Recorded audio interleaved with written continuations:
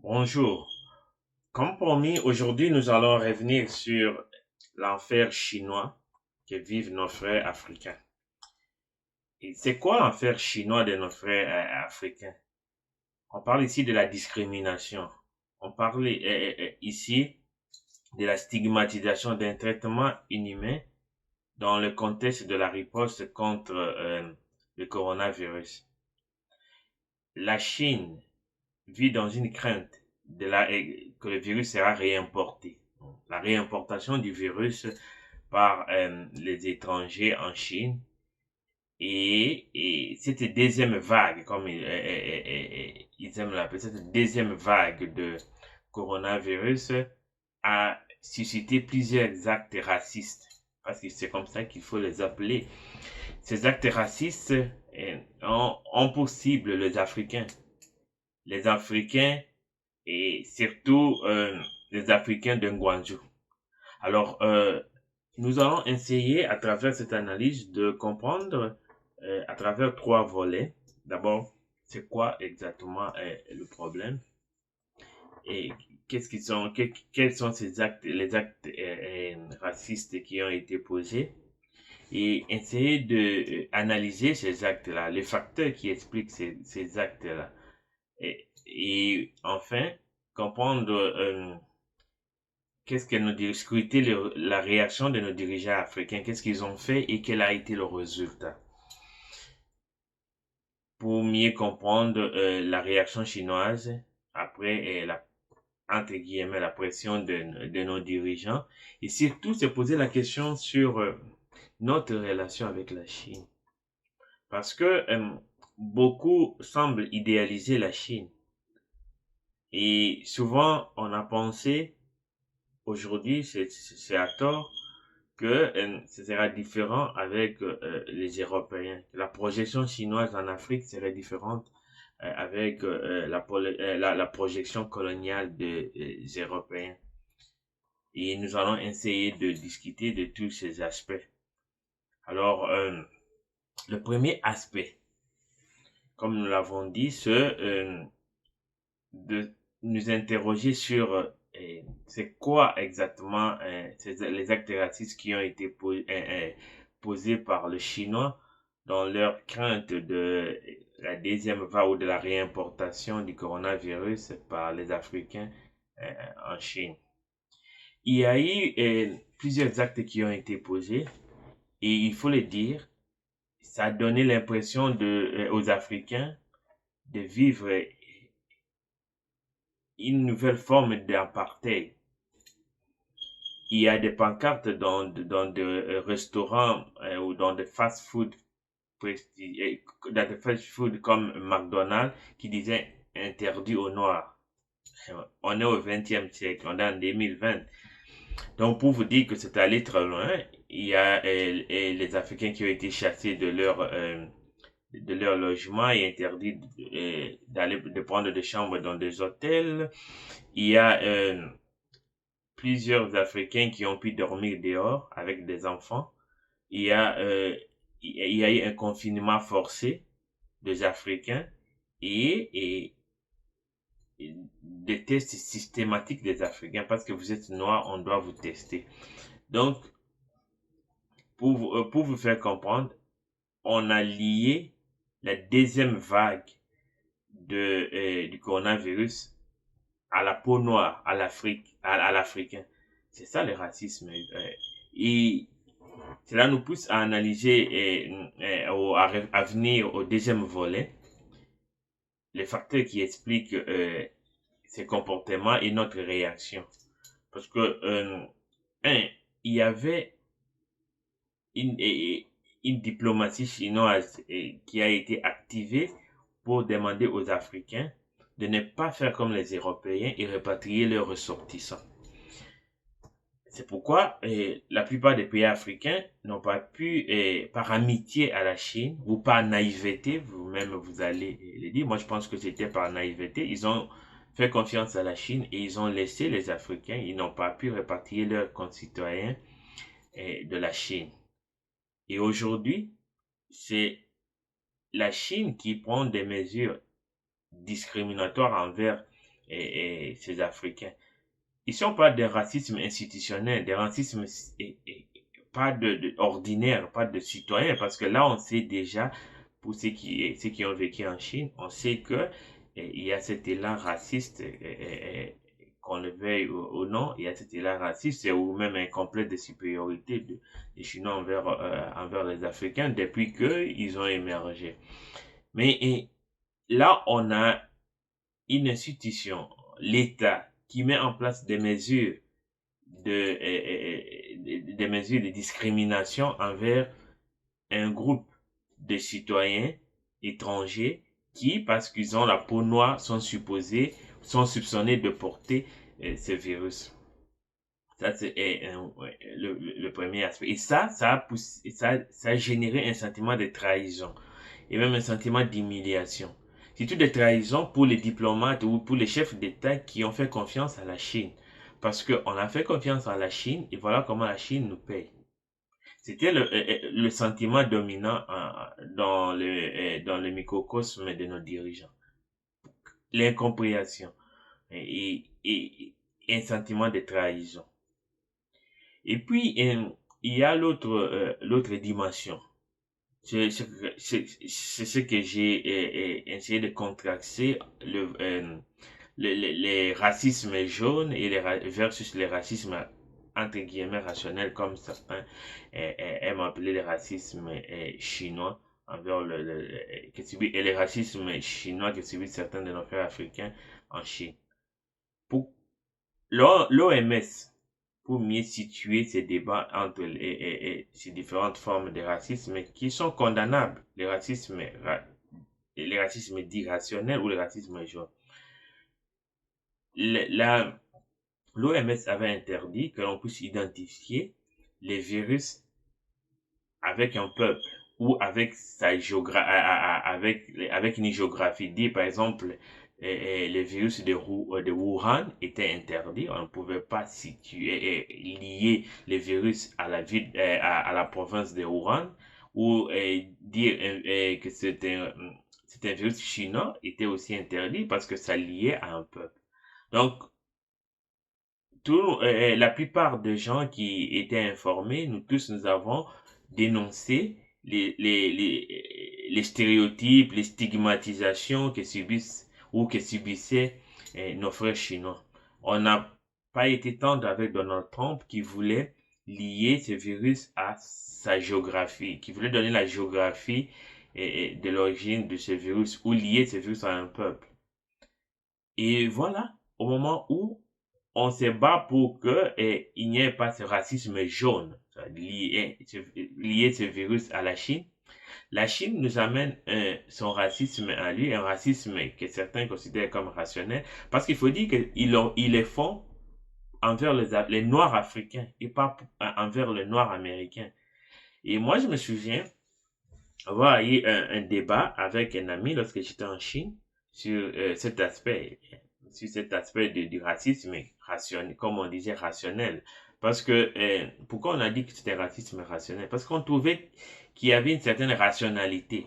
Ce n'est pas on cherche à dédouaner ce racisme ou à ne pas condamner ce racisme, mais on trouvait que c'est un peu bizarre que les racistes chinois puissent développer cette rationalité, faire la différence entre un noir américain et un noir africain. Alors, on a voulu comprendre pourquoi il y avait cette démarche de rationaliser le racisme. Et on a compris que ce que les Chinois étaient en train de faire ou avaient développé, c'est que leur crainte de la pauvreté et leur adoration ou leur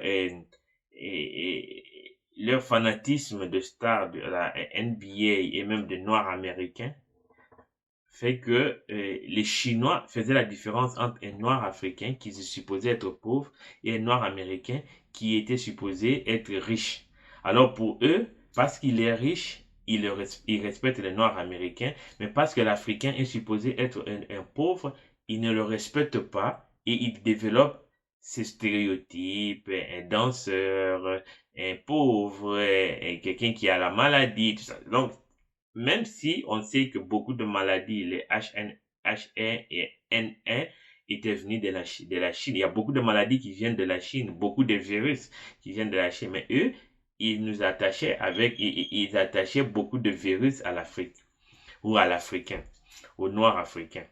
Alors, je me souviens, il y avait des amis qui me disaient aux Chinois, je viens de LA, Los Angeles, je viens de New York, juste pour échapper à ce racisme, et à ce racisme dit rationnel. Mais la réalité, c'est que la société chinoise a ces comportements ces réflexes racistes envers les Africains parce que supposés pauvres, parce que supposés porteurs de maladies. Et c'est ce qui explique c'est que certains de nos frères ont pu vivre ou vivent actuellement en Chine. Donc, on a d'un côté un peuple qui subit un racisme et qui, de son tour, développe un racisme et fait subir à d'autres peuples des actes racistes. C'est inimaginable. On essaie de comprendre la logique derrière ces actes racistes, derrière euh, ces ces comportements institutionnels et même individuels des Chinois, mais on ne comprend pas. On ne comprend, on doit abandonner notre rationalité pour essayer de comprendre ça, parce que c'est incompréhensible. Toi-même, tu te plains du racisme et toi-même, tu développes le racisme. C'est bizarre. Alors, l'autre aspect, c'est que c'est la diplomatie sanitaire. On a vu la Chine donner des produits sanitaires, donc tirer profit de ce coronavirus pour asseoir ce qu'on appelle le soft power, son pouvoir d'influence à travers le monde. Et l'Afrique aussi a bénéficié, non simplement avec Jack Ma, mais directement aussi avec le gouvernement. Donc, il y a eu beaucoup de communication sur l'aide de la Chine, comment la Chine tirait profit de ce coronavirus pour se projeter ou projeter une image positive d'elle-même. Et puis, ces actes racistes viennent effacer ça, viennent nuire sérieusement à cette diplomatie sanitaire. Parce qu'on a vu les Américains d'abord critiquer la xénophobie institutionnelle en Chine. On a vu la France profiter pour annoncer Macron demander à ce qu'on puisse annuler la dette la dette des pays africains. Pour eux, c'est de bonnes guerres. C'est la guerre de l'image qui va asseoir son pouvoir d'influence en Afrique. On sait déjà qu'il y a des sommets d'ailleurs inutiles qui pullulent. Afrique ceci, Afrique Chine, Afrique France Afrique, Chine Afrique, Amérique Afrique, Japon Afrique. Tout le monde veut et Russie Afrique. Tout le monde considère que la manière de projeter sa puissance, c'est en Afrique et c'est aider les Africains. Donc, et là, parce qu'ils nous aident, souvent ils n'ont pas de considération pour nous.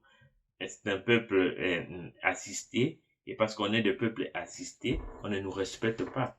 Et c'est ça exactement ce que ça veut dire. Parce que au lieu de nous donner des tonnes de masques, pourquoi ne pas d'abord commencer par respecter nos concitoyens, nos frères africains qui sont en Chine? C'est d'abord ça que c'est la question qu'on doit se poser. Si la Chine veut bien nous aider, oui, la Chine peut commencer d'abord par protéger nos frères africains qui sont en Chine des actes racistes qu'ils sont en train de subir. Au lieu de déverser des tonnes de matériel médical et des masques et autres, c'est peut-être par là qu'il faut commencer pour projeter une belle image de la Chine. Et cela ne doit pas donner aussi une occasion aux Américains de tirer profit la xénophobie chinoise pour projeter leur propre image. Non, nous aussi, on sait, d'abord, aux États-Unis, avec le président actuel, un président raciste, ça fait longtemps que les États-Unis ont eu un président aussi raciste que Donald Trump. Et on voit comment les Noirs sont traités, les taux d'ailleurs de mortalité liés au coronavirus est très élevé dans les milliers noirs. Et puis, depuis que Donald Trump est là, quelle est sa politique africaine? Donald Trump va finir son mandat sans hein, aller une seule fois en Afrique. Il nous a insulté, le pays de merde. Et aujourd'hui, Donald Trump devient donneur de leçons. Non. Merci aussi aux Européens et aux Américains. Ce n'est pas parce qu'on a besoin de la pitié et aussi d'un côté on nous humilie et de l'autre côté on a pitié de nous. Non, nous voulons simplement être respectés comme des êtres humains. Respectez-nous comme des êtres humains. C'est si simple que ça. On ne demande que le respect. On ne demande que le respect. La pandémie affecte tout le peuple du monde. Et le peuple africain demande aussi le respect. Il n'y a pas plus infecté d'ailleurs, l'Afrique n'est pas plus infectée que les autres parties du monde. Alors, respectez-nous tout simplement. C'est ce que nous demandons. Au lieu de vous quereller sur qui a le plus humilié l'Afrique ou qui a plus pitié d'Afrique, respectez-nous tout simplement. On a eu ces débats sur les essais cliniques sauvages avec les chercheurs français. Et on a vu Macron appeler les présidents africains comme pour colmater. Et aujourd'hui, on a ces actes racistes. On dirait que il y a un concours pour savoir qui va le plus humilier l'Afrique. Et après, venir avec des mesures, des mesures de, comment on peut dire, des mesures de soutien ou de secours. Non, on ne jouait pas au sapeur-pompier. Soit vous nous respectez, soit vous regardez votre pitié, votre solidarité avec l'Afrique, gardez pour vos peuples qui souffrent aussi, qui sont victimes du coronavirus plus que les Africains actuellement. Et ceci étant dit, j'aimerais revenir aussi sur la réaction de nos dirigeants africains parce que il faut qu'on se dise, si aujourd'hui nous sommes humiliés, si aujourd'hui on nous considère comme un peuple assisté, un peuple qui déserve plus la pitié que le respect, c'est parce que nos dirigeants ont échoué, c'est parce que nos dirigeants ne font pas leur travail très bien, c'est parce que nos dirigeants ne se lèvent pas au niveau de leurs responsabilités pour exiger du respect pour nous. Qu'est-ce qui a été fait?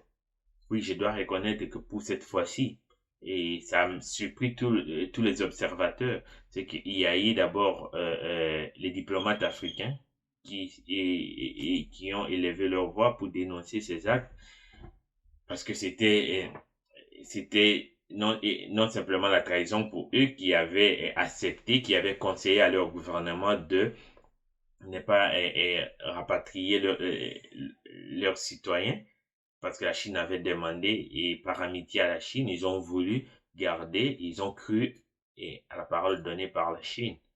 Et ils ont réagi, ils ont mis la pression aux diplomates chinois. Et puis, il y a de l'autre côté l'Union africaine. Oui, Fakir a fait du bon travail. Il a parlé avec le ministre des Affaires étrangères chinoises. Le ministre des Affaires étrangères chinois qui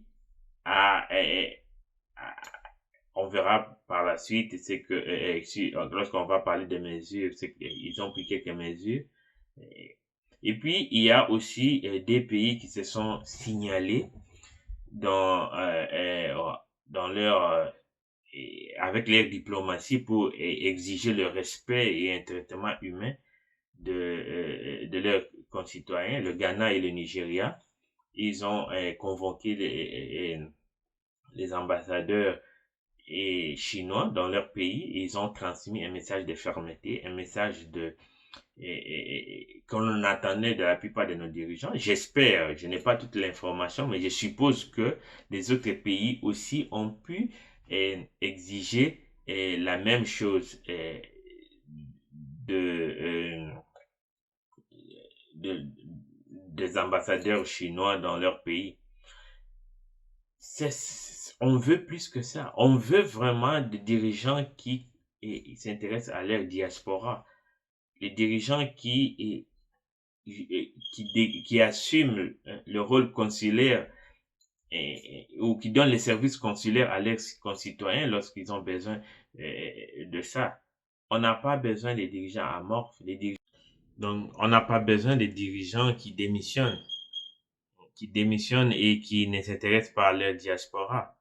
On a besoin de dirigeants qui s'intéressent à leur diaspora, qui s'intéressent à leurs citoyens qui vivent et qui ont décidé de vivre dans d'autres pays. Pas simplement en Chine, mais à travers le monde. Et pour finir, qu'est-ce que ça a donné comme résultat, la pression ou la réaction de nos dirigeants? Parmi ces mesures prises par les autorités chinoises, nous avons la fourniture de soins sans discrimination, la désignation des hôtels pour les étrangers nécessitant un placement en quarantaine. Et puis, il y a eu un mot pour dire qu'il refusait le racisme et puis l'éloge de l'amitié sino-africaine. Mais toutes ces mesures qui devaient dès le départ être considérées ont été considérées parce que il y a eu cette idée que si on ne fait rien, ça pouvait nuire à l'image à notre image, à notre soft power, à notre pouvoir d'influence, et puis peut-être qu'il y aurait des représailles en Afrique sur nos citoyens, et ça a justifié ces mesures cosmétiques. Non, il faut qu'à un moment donné qu'on arrive à nous respecter. On n'a pas besoin que le président de la Commission de l'Union africaine puisse mettre la pression ou certains dirigeants puissent appeler pour que la Chine puisse prendre conscience. Parce que ça fait un bon bout de temps que cette réalité existait, mais la Chine ne faisait rien. Il a fallu qu'il y ait la réaction ou des gens à travers le monde, et qu'il y ait des gens qui dénoncent pour que la Chine puisse prendre conscience. Parce que il faut dire que l'opinion publique dans les réseaux sociaux internes en Chine, il y avait un sentiment anti-africain. Il y avait cette réaction raciste ou cet appel ou ce soutien à ces actes racistes parce qu'on disait on soupçonnait 5 Nigériens qui se sont échappés, paraît-il, de leur quarantaine. Et là, ça a encore et ça a joué comme un effet multiplicateur des actes racistes. Est-ce que cela veut dire que avec ces mesures cosmétiques, le gouvernement a répondu ou a calmé son opinion publique nationale? Le vrai problème, c'est que cette opinion publique est foncièrement et intrinsèquement raciste, rationnelle ou pas, mais ils sont racistes.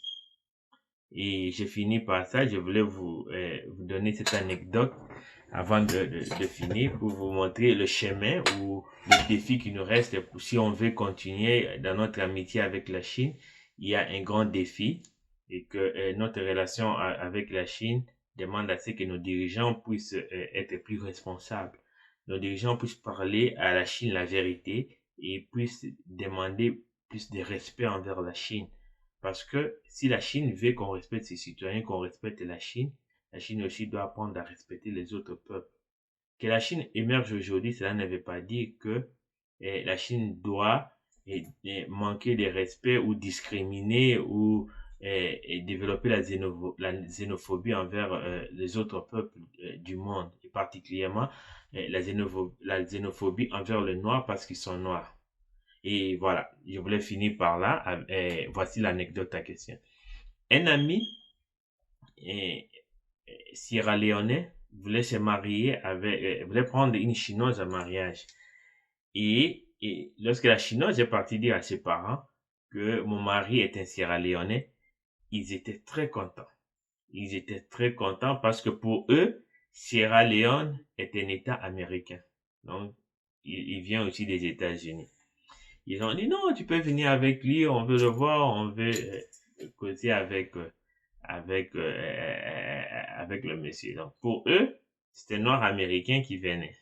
Et quand ils sont arrivés, et le petit frère de la fille est parti vérifier sur Internet. Ils étaient à table en train de manger. Le petit frère est parti vérifier Sierra Leone, c'est quel état, et avoir un peu plus d'informations. Et il a crié en anglais, ils sont pauvres, ils ont un PIB le plus bas parmi les PIB les plus inférieurs. Donc, pour vous dire, pour vous montrer quel genre de peuple ou quel genre, comment dans l'opinion publique nationale en Chine, la majorité, la plupart des gens ont cette idée-là. Donc, la pauvreté est liée à l'Afrique.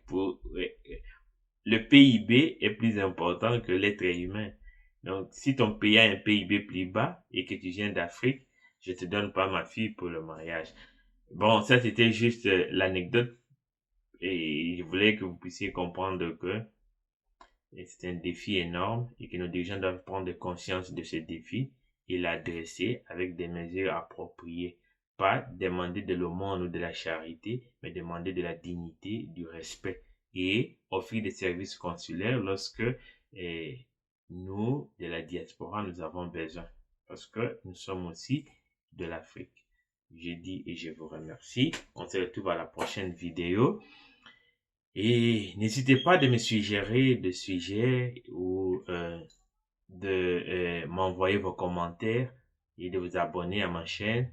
On reste en contact. Je vous remercie.